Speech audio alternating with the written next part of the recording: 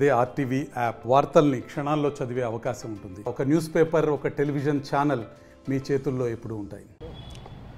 కేంద్ర మంత్రి నిర్మలా సీతారామన్ పార్లమెంట్లో ప్రవేశపెట్టిన బడ్జెట్లో తెలంగాణకు తీవ్ర అన్యాయం జరిగిందని చెప్పేసి కాంగ్రెస్ నాయకులు అలాగే వామపక్ష విద్యార్థి సంఘ నాయకులు కూడా తీవ్రంగా వ్యతిరేకిస్తున్న తరుణంలో అసలు పార్లమెంట్లో ప్రవేశపెట్టిన బడ్జెట్కు తెలంగాణలో అసలు ఏం కేటాయించారు, కనీసం విశ్వవిద్యాలయాలు కూడా కేంద్రీయ విద్యాలయాలు కూడా కేటాయించలేదని చెప్పి ఇటు ఆ విద్యార్థి సంఘాలు పెద్ద ఎత్తున ఆందోళన చేస్తున్న పరిస్థితి కనపడుతుంది. అటు రాజకీయ పార్టీ నేతలు కూడా బీజేపీ నుంచి తెలంగాణ నుంచి 8 మంది ఎంపీలు ఉన్నా కానీ తెలంగాణకు ఎటువంటి నిధులు తీసుకొని రాకపోవడంపై తీవ్ర ఎత్తున నిరసన కూడా వ్యక్తం చేస్తున్నారు. సో ప్రస్తుతం మన దగ్గర పీడిఎస్ విద్యార్థి సంఘ నాయకుడు ఆజాద్ మనకు అందుబాటులో ఉన్నారు. ఒక్కసారి తెలంగాణ బడ్జెట్ గురించి విద్యార్థి సంఘ నాయకులు ఏమనుకుంటున్నారో ఒకసారిగా వారి మాటలో విందాం. సో బ్రదర్ చెప్పండి, పార్లమెంట్లో నిర్మలా సీతారామన్ ప్రవేశపెట్టిన బడ్జెట్లో తెలంగాణకు తీవ్ర అన్యాయం జరిగిందని చెప్పేసి అంటా ఉన్నారు. అసలు తెలంగాణకు ఎటువంటి బడ్జెట్ కేటాయించారు, ఏవే అంశాలు తెలంగాణలో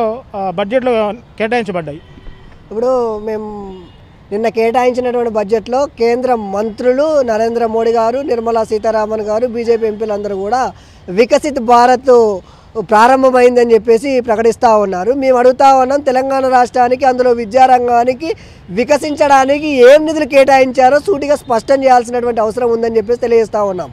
మేము వికసించడానికి మీరు కేటాయించేటువంటి బడ్జెట్ కాదు కదా, కనీసం విభజన హామీల్లో భాగంగా ఈ తెలంగాణ రాష్ట్రానికి రావాల్సినటువంటి ఐఏఎంలు ఏర్పాటు చేశారా, ఐఐటీలు ఏర్పాటు చేశారా, నీట్ ఏర్పాటు చేశారా, కేంద్రీయ విద్యాలయాలు ఏర్పాటు చేశారా, లేదంటే కస్తూర్బా స్కూల్స్ ఏర్పాటు చేశారా, జవహర్ నవోదయాలు ఏర్పాటు చేశారా, ఏం ఏర్పాటు చేశారని చెప్పేసి మేము అడుగుతా ఉన్నాం. మీరు గతంలో కేటాయించినటువంటి గిరిజన యూనివర్సిటీ కూడా ఇప్పటివరకు కూడా ప్రారంభంగా ఉన్నటువంటి దౌర్భాగ్య పరిస్థితి నెలకొంటా ఉంది. మీరు ఏం చేశారని చెప్పేసి వికసిత భారత్ అని చెప్పేసి ప్రకటిస్తూ ఉన్నారు. 2 మంత్రులు ఉన్నారు, 8 మంది ఎంపీలు ఉన్నారు. ఇక్కడ నుంచి ఈ 8 మంది ఎంపీలు కనీసం తెలంగాణ రాష్ట్రానికి నిధులు కేటాయించమని చెప్పేసి అడగనటువంటి దౌర్భాగ్య పరిస్థితి నెలకొంటా ఉందనంటే తెలంగాణ రాష్ట్రానికి సంబంధించినటువంటి ఆత్మగౌరవాన్ని నరేంద్ర మోడీ కాళ్ళ దగ్గర తాకట్టు పెట్టేటువంటి ఎంపీలు మనకు అవసరమా అని చెప్పేసి తెలంగాణ సమాజం తరపున మేము అడుగుతా ఉన్నాం. అందుకే తక్షణమే ఈ తెలంగాణ రాష్ట్రానికి అన్యాయం చేసినటువంటి కేంద్ర మంత్రులు తక్షణమే రాజీనామా చేయాలి. లేదు అని అంటే మీకు చేతనైతే నరేంద్ర మోడీ గారి ద్వారా నిర్మలా సీతారామన్ గారు ప్రవేశపెట్టినటువంటి బడ్జెట్ని తక్షణమే సవరించి విద్యారంగానికి తగిన ప్రాధాన్యత ఇచ్చేటువంటి విధంగా న్యాయం చేయాలని చెప్పేసి మేము పీడిఎస్గా తెలియజేస్తా ఉన్నాం. సో ఇంకో మిత్రుడు మనకు అందుబాటులో ఉన్నారు, వారిని కూడా అడిగి బడ్జెట్ ఏ విధంగా ఉంది, తెలంగాణకు అన్యాయం జరిగిందంటున్నారు, ఏ అంశాల్లో తెలంగాణకు ప్రధానంగా అన్యాయం జరిగిందంటారు? ప్రధానంగా కేవలం బీజేపీ ప్రాంతాలకు అనుకూలంగా మాత్రమే ఈ బడ్జెట్ జరిగిందనేది మేము అనుకుంటున్నాము. బీజేపీ పాలిత రాష్ట్రాలు ఏదైతే ఉన్నాయో ఆ రాష్ట్రాల వరకు పరిమితం చేసి ఆ రాష్ట్రాల అభివృద్ధి వరకు మాత్రమే నిధులు కేటాయించుకున్నారు. మిగతా ప్రతిపక్ష రాష్ట్రాలు ఏదైతే ఉన్నాయో ఆ రాష్ట్రాలకు బడ్జెట్ కనీసము కేటాయించిన పరిస్థితి కనిపిస్తూ ఉంది. ఈ బడ్జెట్ ఏ విధంగా ఉంటే మేడిపండు చూడు పురుగులు ఉండు అన్నట్టు సందంగా ఉంది. మేడిపండు ఏమో బీజేపీ రాష్ట్ర ప్రాంతాలు, పురుగులు ఉండనేమో బీజేపీ ఇతర రాష్ట్రాలు అయితే ఆ రాష్ట్రాల వారీగా ఉన్నటువంటి పరిస్థితి ఈరోజు దేశ బడ్జెట్లో కనిపిస్తూ ఉంది. మేము అడుగుతున్నాం, మీరు దేశంలో ఉన్నత విద్య అభివృద్ధి చేస్తామని చెప్పేసి న్యూ ఎడ్యుకేషన్ 2020 పాలసీ పేరుతో మీరు తీసుకొచ్చారు. కనీసము న్యూ ఎడ్యుకేషన్ పాలసీ పేరుతో తీసుకొచ్చినటువంటి విశ్వవిద్యాలయాల్లో కానీ యూనివర్సిటీస్లో కానీ అనేక పోస్టులు ఖాళీగా, లక్షల టీచర్ పోస్టులు ఖాళీగా ఉన్నటువంటి పరిస్థితి కనిపిస్తూ ఉంది. ప్రొఫెసర్ పోస్టులు ఖాళీగా ఉన్నటువంటి పరిస్థితి కనిపిస్తూ ఉంది. అదేవిధంగా యూనివర్సిటీలో కనీస సౌకర్యాలు లేనటువంటి పరిస్థితి కనిపిస్తూ ఉంది. ఫెలోషిప్లు రాక అనేక మంది విద్యార్థులు ఉన్నత విద్యను PhD విద్యనే మధ్యలో ఆఫ్ చేసే దౌర్భాగ్య పరిస్థితి ఈరోజు దేశంలో కనిపిస్తూ ఉంది. ఇవన్నీ కూడా దృష్టిలో పెట్టుకొని మీరు బడ్జెట్లో గత సంవత్సరంలో కేటాయించిన బడ్జెట్ కంటే కేవలం 0.1 మాత్రమే పెంచడం అంటే మీరు విద్యారంగం మీద ఏ రకమైనటువంటి అభివృద్ధిని మీరు చూపిస్తున్నారని చెప్పేసి మేము అడుగుతా ఉన్నాం. పక్క దేశాలు మొత్తం కూడా విద్యారంగ టెక్నాలజీలో అభివృద్ధి చేస్తూ ఉంటే మీరేమో విద్యారంగాన్ని మూఢత్వం వైపు తీసుకొస్తూ ఈ రకమైన బడ్జెట్ కేటాయిస్తే విద్యార్థులకు ఉన్నత విద్య ఏ విధంగా అందుతుందని చెప్పేసి మేము అడుగుతా ఉన్నాం. ఈ బడ్జెట్ ఏదైతే ఉందో ఈ బడ్జెట్ కేవలము ప్రైవేట్ విద్యా సంస్థలకు, ప్రైవేట్ కార్పొరేట్ శక్తులకు ఉపయోగపడే బడ్జెట్ కానీ పేద విద్యార్థులకు ఉన్నత విద్య అందని బడ్జెట్గా కనిపిస్తూ ఉంది. చెప్పండి, పూర్తిగా పార్లమెంట్లో ప్రవేశపెట్టిన బడ్జెట్లో తెలంగాణకు తీవ్ర అన్యాయం జరిగింది అని చెప్పేసి అంటున్నారు. అసలు ఈ బడ్జెట్ ఆశాజనకంగా ఉందా, నిరాశాజనకంగా ఉందా, ఒకసారి చెప్పండి సార్. కేంద్ర ప్రభుత్వం నిన్న ప్రవేశపెట్టినటువంటి ఈ బడ్జెట్ ఇది కార్పొరేట్ సంస్థలకి సంపదని కట్టిపెట్టి పేదల మీద పన్నులు వేసే విధంగా ఉన్నది తప్ప ఈ బీజేపీ వికసిత భారత్ అనేటువంటి నినాదంతో పెట్టినటువంటి ఈ బడ్జెట్ తెలంగాణకి చాలా అన్యాయం జరిగింది. తెలంగాణకి సంబంధించినటువంటి పాలమూరు ప్రాజెక్టు, అలాగే బయారం ఉక్కు గనులకు సంబంధించి కానీ, అట్లానే గిరిజన యూనివర్సిటీ కానీ, అట్లాగే కాజీపేట కోచి కానీ, చింతకాని కోచి కానీ, ఇలాంటి వాటికి సంబంధించినటువంటి వాటికి ఎలాంటి నిధుల్ని కేటాయించలేదు. విభజన సందర్భంగా ఇచ్చినటువంటి హామీల్ని నెరవేర్చేటువంటి విధంగా వీటికి ఎలాంటి బడ్జెట్ కేటాయించలేదు. అట్లానే వ్యవసాయ రంగానికి సంబంధించినటువంటి దాంట్లో కూడా రైతే రాదని చెప్పేటువంటి ప్రభుత్వం వ్యవసాయ రంగానికి కూడా సరైనటువంటి ప్రాధాన్యత ఇవ్వకుండా ఈ సంపన్న వర్గాలకి ఉపయోగపడేటువంటి విధంగానే ఉన్నది. అట్లానే ఉద్యోగాలకు సంబంధించినటువంటిగా కూడా కొత్త ఉద్యోగాలు సృష్టించి ఇవ్వాల్సినటువంటి దానికి అట్లా కాకుండా అదిగా కూడా కార్పొరేట్ శక్తులకు ఉపయోగపడేటువంటి పద్ధతులు ఉన్నాయి తప్ప ఇది పేదవాళ్ళని కొట్టి పెద్దవాళ్ళకి కట్టబెట్టేటువంటి పద్ధతిలో ఉన్నది తప్ప పెద్దల మీద ఎలాంటి పన్నులు వేసినటువంటి పరిస్థితి లేదు. అందుకని ఇది ప్రజా వ్యతిరేక బడ్జెట్. అందుకని ఇప్పటికైనా ప్రభుత్వం తెలంగాణకి అన్యాయం జరగకుండా విభజన సందర్భంగా ఇచ్చినటువంటి హామీల్ని అమలు చేయాలని, అట్లాగనే పాలమూరు రంగారెడ్డి ప్రాజెక్టు కానీ, అట్లానే బయ్యారం ఉక్కు ప్రాజెక్టుకు కానీ, చింతకాని కాజీపేట రైల్వే కోచ్కి నిధుల్ని కేటాయించి తెలంగాణ అభివృద్ధికి ఉపయోగపడాలని చెప్పి సిపిఐఎంఎల్ మాస్ లైన్ తరఫున ప్రభుత్వాన్ని డిమాండ్ చేస్తాం. బడ్జెట్ మీద మహిళలు కూడా కొంత వ్యతిరేకత వ్యక్తం చేస్తున్న పరిస్థితి కనబడుతుంది. సో అక్క చెప్పండి, సో నిన్న పార్లమెంట్లో ప్రవేశపెట్టిన బడ్జెట్లో పూర్తిగా వికసిత భారత్ పేరు మీద బడ్జెట్ ప్రవేశపెట్టామన్నారు. కానీ ఆ వికసిత భారత్లో తెలంగాణ రాష్ట్రం ఒక భాగంగా ఉందా లేదంటారా? నిన్న కేంద్ర ప్రభుత్వం ప్రవేశపెట్టినటువంటి ఆర్థిక బడ్జెట్కి సంబంధించినటువంటిది భారతదేశంలోనే భాగం తెలంగాణ రాష్ట్రం అనేది. అయితే తెలంగాణ రాష్ట్రం ఏర్పడిన నాటికి బయ్యారంలో ఉన్నటువంటి భద్రాద్రి కొత్తగూడెం జిల్లాలో ఉన్నటువంటి బయ్యారంలో ఉక్కు పరిశ్రమను ఏర్పాటు చేయాలని చెప్పేసి దాదాపుగా 10 సంవత్సరాల నుండి తెలంగాణ రాకముందే కొట్లాడడం, తెలంగాణ వచ్చిన తర్వాత కూడా దాన్ని ఊసులేకపోవటం, కొత్తగా కేంద్రంలో వచ్చినటువంటి బీజేపీ ప్రభుత్వం కూడా ఈరోజు ఆర్థిక బడ్జెట్ నిన్న ప్రకటించారు. అసలు ఆ పరిశ్రమలకు సంబంధించినటువంటి ఊసే లేదు. అదేవిధంగా ఉమ్మడి ఖమ్మం జిల్లాకు సంబంధించినటువంటి గిరిజన యూనివర్సిటీ ఏర్పాటు చేయాలని చెప్పారు తప్ప అది ఆచరణలో ఎక్కడ అమలు కావటం లేదు. దానికి సంబంధించిన బడ్జెట్ కూడా ఈరోజు కేటాయించినటువంటి పరిస్థితి లేదు.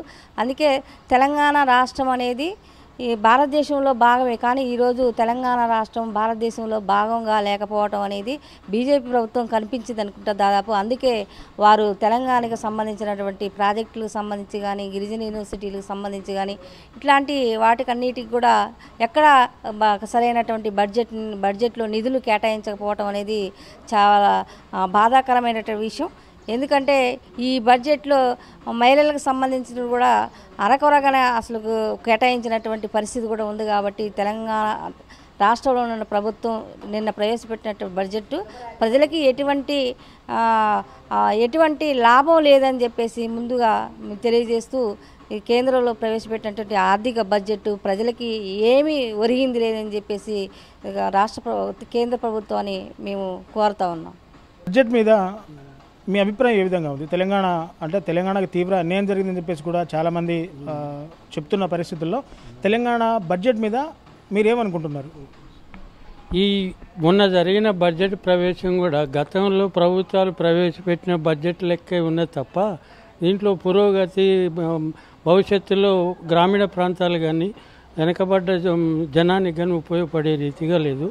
మరీ ముఖ్యంగా 48% ఆదాయం ఉన్న వ్యవసాయ రంగానికి దేశ ఆదాయంలో మా వ్యవసాయ రంగం 48% ఉంది. దానికి అరకొర నిధులు, ఇంప్లిమెంట్స్ తక్కువ రేట్ అని కానీ సబ్సిడీలను ఎత్తేసినట్టుగా కనిపిస్తుంది. ఇంకోటి ఉపాధి హామీ పథకానికి కూడా బడ్జెట్లో కేటాయింపులు సరిగా జరగలేదు. చాలా దారుణమైన విషయం. ఇంకో ముఖ్యమైన విషయం ఏంటంటే వ్యవసాయంలో రైతులు నష్టపోయే పరిస్థితి, గిట్టుబాటు ధర లేక చాలా అవస్థపడుతున్నారు.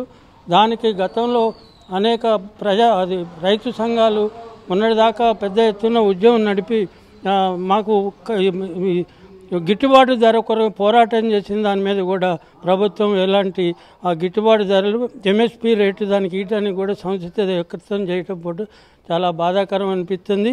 ఇంకోటి ముఖ్యంగా ఏంటంటే తెలంగాణకి మాత్రం భారతదేశంలో వెనకబడ్డ ప్రాంతం కొన్ని ప్రాంతాలు ఉన్నాయి. వాటికి ఎలాంటి కేటాయింపులు చేయకపోవటం కూడా బాధాకరం.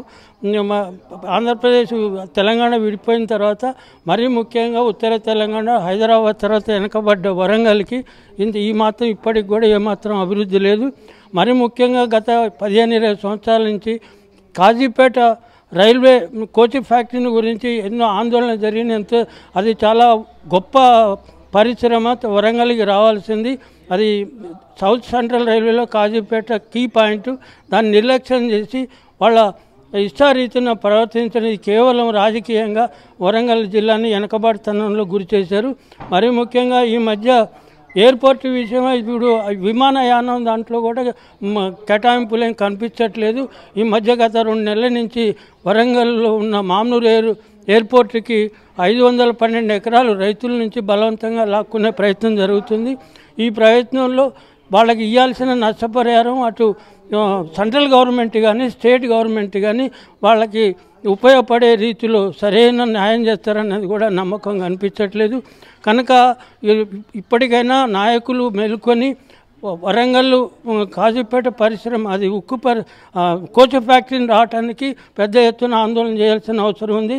అదేవిధంగా తెలంగాణకి ఏదైతే నిధులు కేటాయింపు జరగలేదో దానికై అన్ని పార్టీలు కలిసి ఏకంగా ఉమ్మడిగా ఇక్కడ రాజకీయాలను పక్కకు పెట్టేసి తెలంగాణ అభివృద్ధికి ఇంకా సెంట్రల్ గవర్నమెంట్ ఏదైతే బడ్జెట్ ప్రవేశంలో మనకు అన్యాయం జరిగిందో దానికోసం తీవ్రంగా పోరాటం చేయాల్సిన అవసరం ఉందని నొక్కి ఒకానిస్తూ చూశారు కదా. పూర్తిగా పార్లమెంట్లో నిర్మలా సీతారామన్ ప్రవేశపెట్టిన బడ్జెట్లో తెలంగాణకు తీవ్ర అన్యాయం జరిగిందని చెప్పేసి కూడా ఖమ్మం ప్రజలు అభిప్రాయపడుతున్న పరిస్థితి కనపడుతుంది. సో వికసిత భారత్లో తెలంగాణ రాష్ట్రం భాగం కాదా అని చెప్పేసి కూడా ఖమ్మం జిల్లా ప్రజలు ప్రశ్నిస్తున్న పరిస్థితి కనపడుతూ ఉంది. సబ్కా సాథ్ సబ్కా వికాస్ ఆ పేరుతో కేవలం ఇది ఒక బోగస్ నినాదం తప్ప సబ్కా సాథ్ సబ్కా వికాస్ అనేది అందరినీ ఒకే తాటి మీద తీసుకొచ్చి ఒకే దృష్టిలో చూడాలన్న ఆ నినాదం ఇది పూర్తిగా బోగస్ నినాదం అని చెప్పేసి ఇది పూర్తిగా కుర్చీ బచావో బడ్జెట్ లాగా ఉందని చెప్పేసి కూడా ఈ బడ్జెట్లో తెలంగాణకు తీవ్ర అన్యాయం జరిగింది.